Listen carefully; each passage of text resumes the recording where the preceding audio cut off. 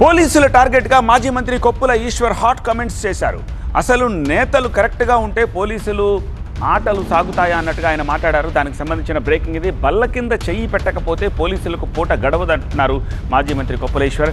సరిగా ఉంటే నేతలను చూసి పోలీసులే భయపడతారు, పోలీసు కేసులకు భయపడాల్సిన అవసరం లేదంటున్నారు కొప్పుల ఈశ్వర్. ప్రభుత్వ వైఫల్యాలను ప్రశ్నిస్తే కేసులు పెడతారా అంటున్నారు కొప్పుల ఈశ్వర్.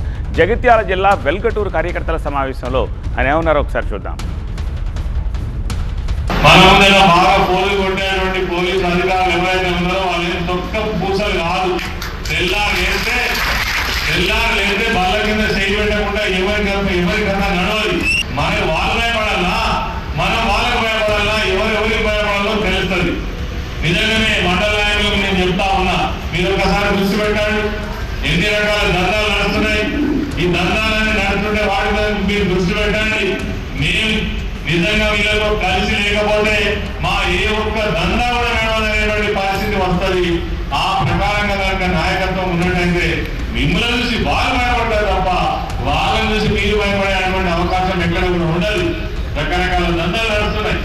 తెలవరామని నెల రోజులు ఒకవేళ దృష్టి పెట్టదలుచుకుంటే ఒక్క పోలీస్ అయినా ఉంటాడా? ఏసీ కదా ఒక్క పోలీస్ అయినా ఉంటాడా? అసలు లంచం తీసుకోకుండా ఒక రోజు గడస రావాలి.